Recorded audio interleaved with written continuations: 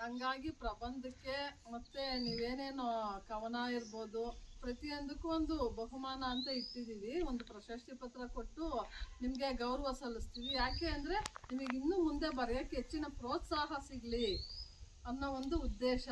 ಹಾಗಾಗಿ ನೀವೆಲ್ಲರೂ ಕನ್ನಡದ ಬಗ್ಗೆ ಹೆಚ್ಚಿನ ತಿಳ್ಕೊಂಡಿದ್ದೀರಾ, ಶಾಲೆಗಳಲ್ಲೆಲ್ಲ ನೋಡಿದ್ದೀರಾ. ಮನೆಯಲ್ಲಿ ತೆಲುಗು ಭಾಷೆ ಮಾತಾಡ್ತಾರೆ, ಆದರೆ ತೆಲುಗು ಮಾತಾಡಿದ್ರು ನೀವು ಕನ್ನಡ ಮಾತಾಡಬೇಕು ಅಂತ ಪ್ರೇರೇಪಣೆ ಮಾಡ್ಬೇಕು ಅಪ್ಪ ಅಮ್ಮಗಳಿಗೆ. ಮಾಡ್ತಿರಲ್ಲ, ಬರೀ ತೆಲುಗು ಮಾತಾಡ್ತೀರ ಎಲ್ರು.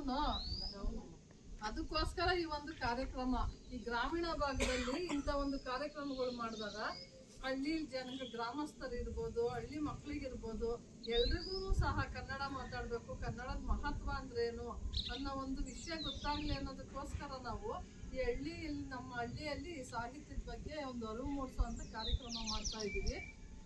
ಇದಕ್ಕೆಲ್ಲ ನೀವು ಹೆಚ್ಚಿನ ಸಂಖ್ಯೆಯಲ್ಲಿ ಬಂದು ಭಾಗವಹಿಸಿದ್ರ